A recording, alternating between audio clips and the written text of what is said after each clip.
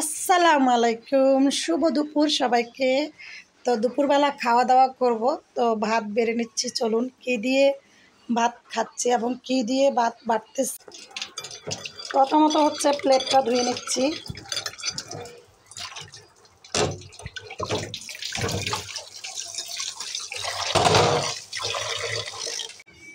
তারপরে হচ্ছে এই যে রাইস কুকার থেকে ভাত প্লেটে বেড়ে নিচ্ছি। তো এটা হচ্ছে বরবটি সিমের ভাজি, বরবটির সিম ভাজি নিয়ে নিচ্ছি।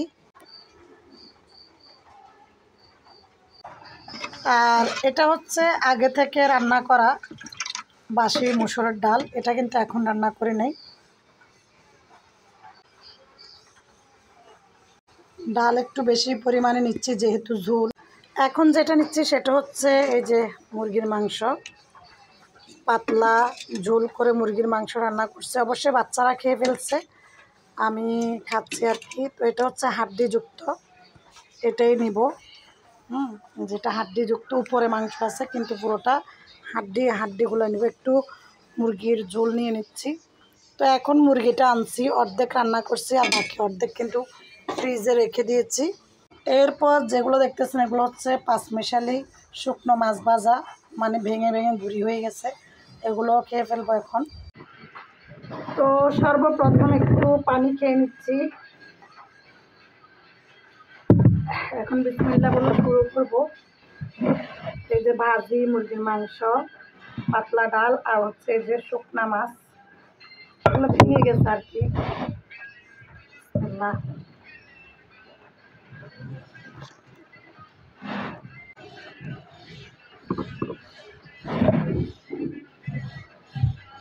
আর এই শুকনা মাছ ভাজাগুলা ভীষণ মজা, ভীষণ ভীষণ।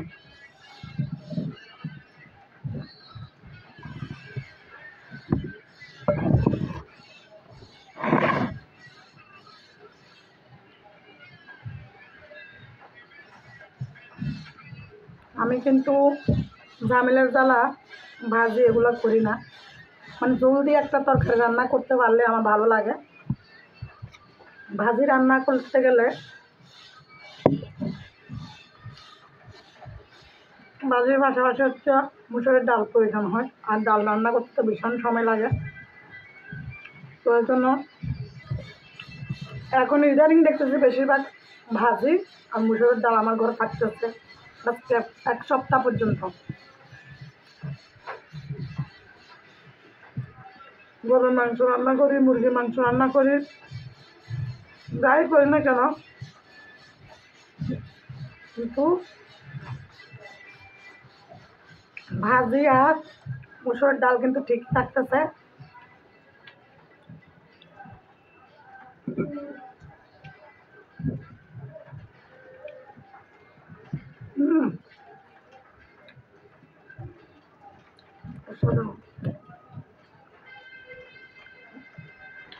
দেশ এবং প্রবাসের ভাই বোন সবাইকে অসংখ্য ধন্যবাদ ভিডিওটা দেখার জন্য। ভিডিও ভালো লাগলে অবশ্যই লাইক তো আছে, কমেন্ট করবেন মূল্যবান, আপনার মূল্যবান একটা কমেন্ট করে মতামত জানাবেন। ভিডিওটা একটু দয়া করে শেয়ার করে দেবেন, এই গরিব বোনের পাশে থাকার চেষ্টা করবেন আমার প্রবাসী এবং দেশের ভাই বোনেরা। ঠিক আছে, সবাই ভালো থাকুন, সুস্থ থাকুন, আল্লাহ হাফেজ।